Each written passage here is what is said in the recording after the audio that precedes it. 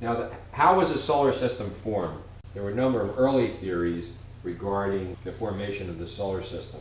And one of them dates back actually to the time of René Descartes, which I guess is probably 17th century. Not sure exactly when Descartes lived, but it was a long time ago. And his idea of the formation of the solar system was that the nebular contraction, that is, that dust particles and material, rocks or whatever that happen to be in space, actually contracted, and these things fused together to give rise to the solar system.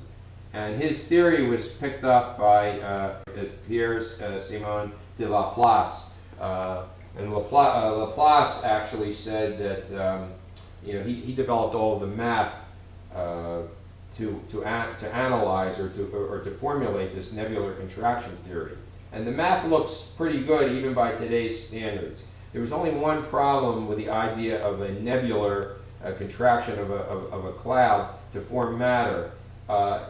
We believe that you'd actually have to have clumps of matter. And in this particular theory or hypothesis about how the solar system formed with these particles clumping together, you would get more or less a uniform distribution of matter, but you wouldn't get these clumps of matter that were really that you really needed to have in order to be able to explain everything else that was being observed.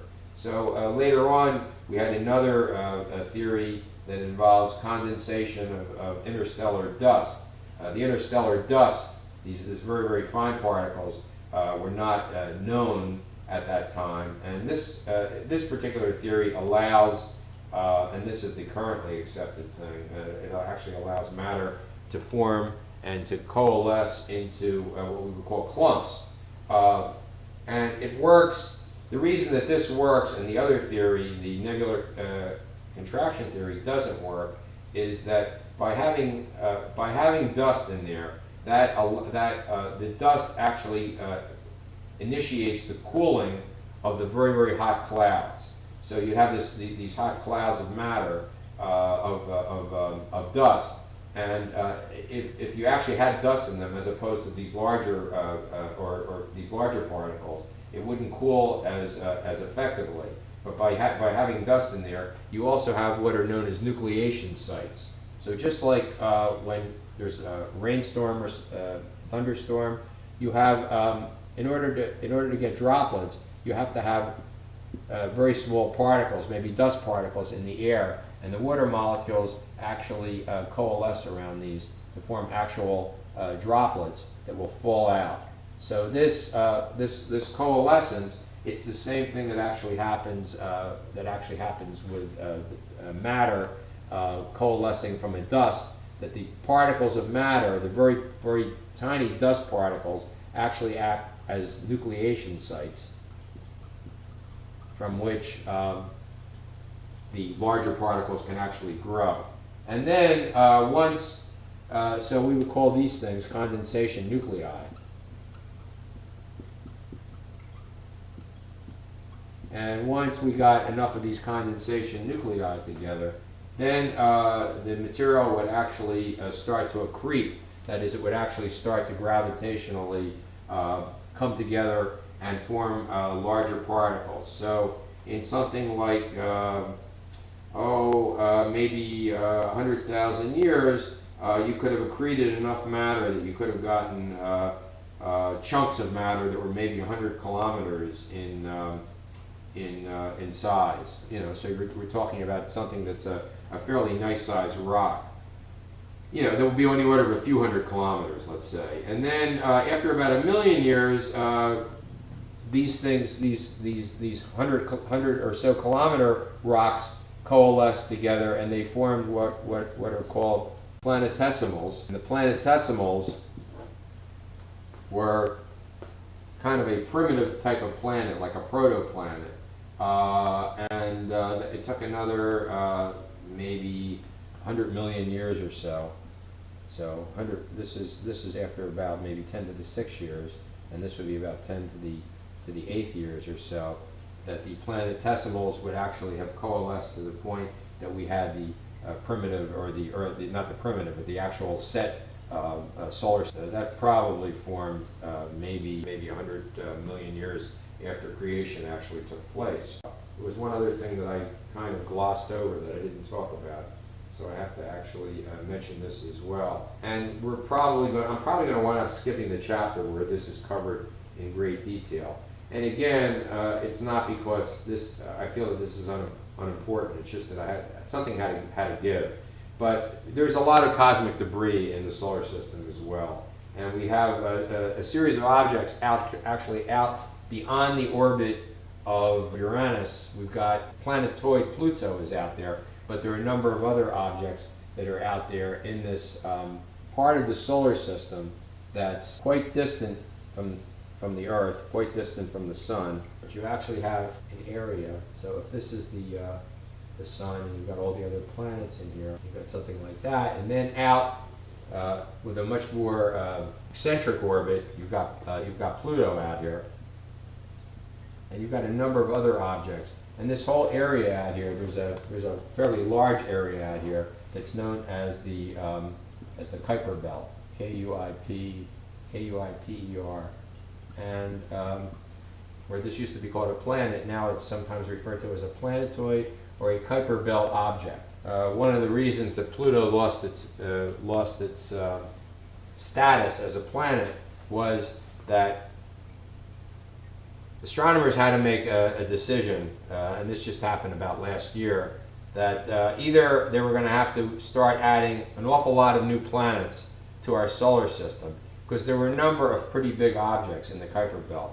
And if Pluto was a planet, then maybe these things were planets as well. But the other thing is that if we look at all the theories of planetary formation, and we realize the inner planets are much more dense than the outer planets, and these are kind of a rocky composition, and the outer planets, that is Jupiter, Saturn, Uranus, and Neptune, the outer planets are actually going to have a gaseous composition. The surface of the planet would probably be liquid.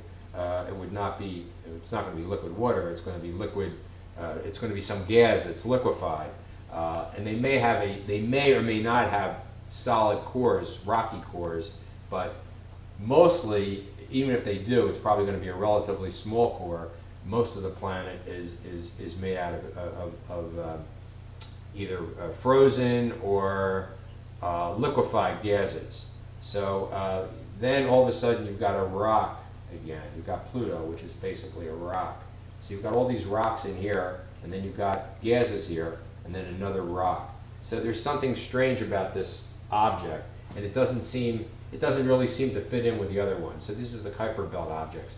And then much more distant than that, there's another area, still part of the solar system, but unlike the Kuiper Belt objects, which are still pretty much orbiting in the ecliptic, these other objects, which are part of what is known as the Oort cloud objects, and these are things like comets and some other very things that can be very distant from the sun at one point in their orbit, and then swing in and approach the sun, and then go back out to this very distant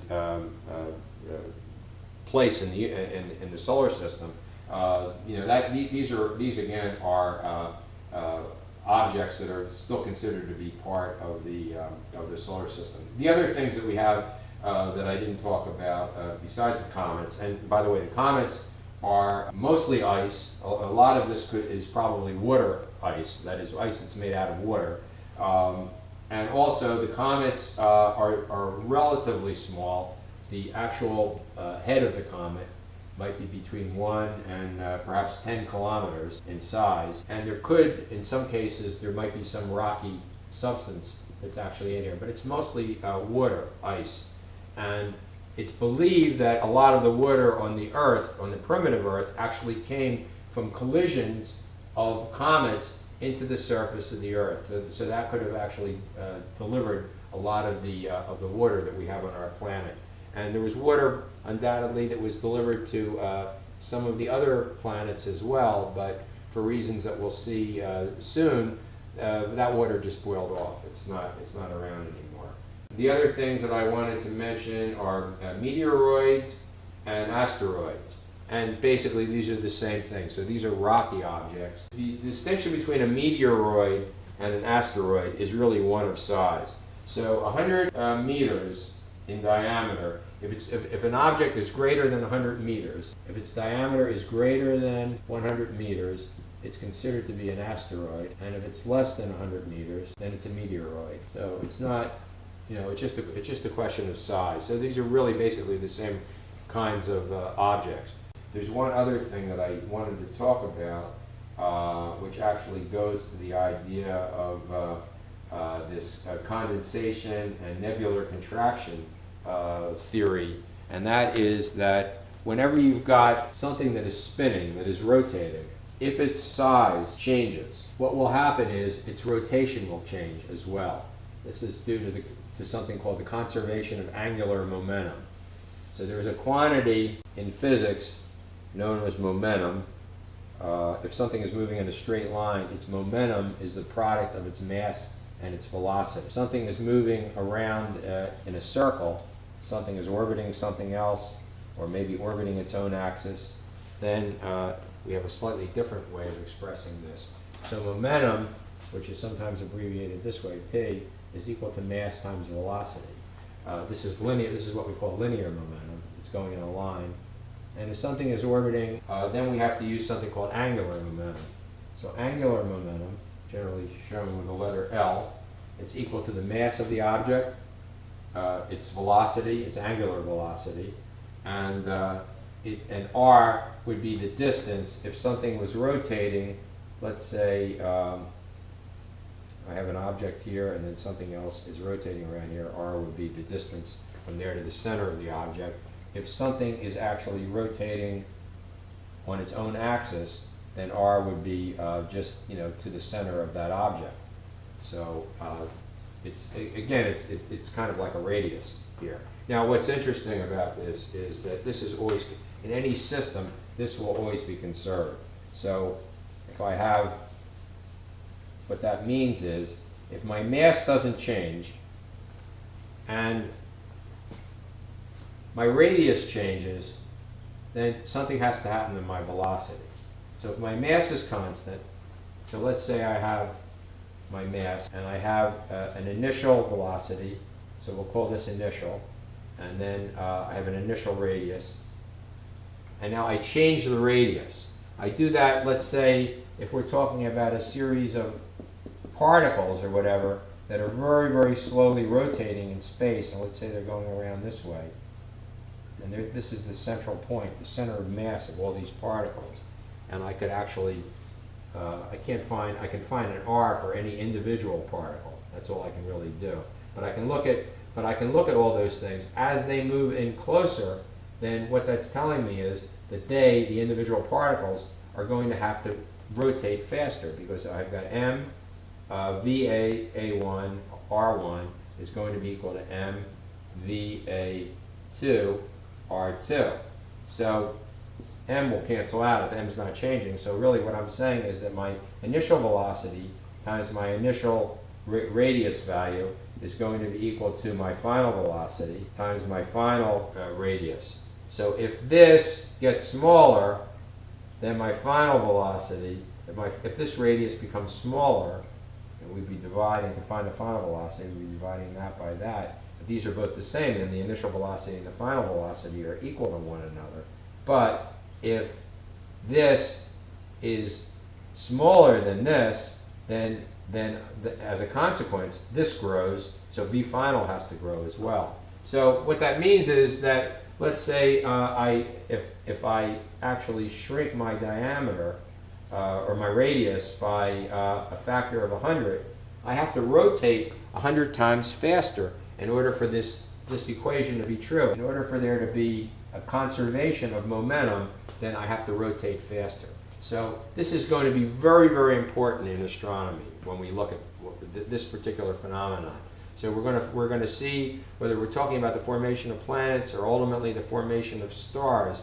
The idea that as these kinds of things contract in on themselves, they spin much faster is a very, very important concept. So I wanted to get that out of the way. That's the other thing that I wanted to say. In the primitive solar system, when the solar system was still in its nebular state, before we'd actually gotten planetesimals to form, before these any of these big rocks actually formed in there, we could actually plot temperature on the y-axis and the distance from the sun in astronomical units, and we'll go 5, 10, 15, 20.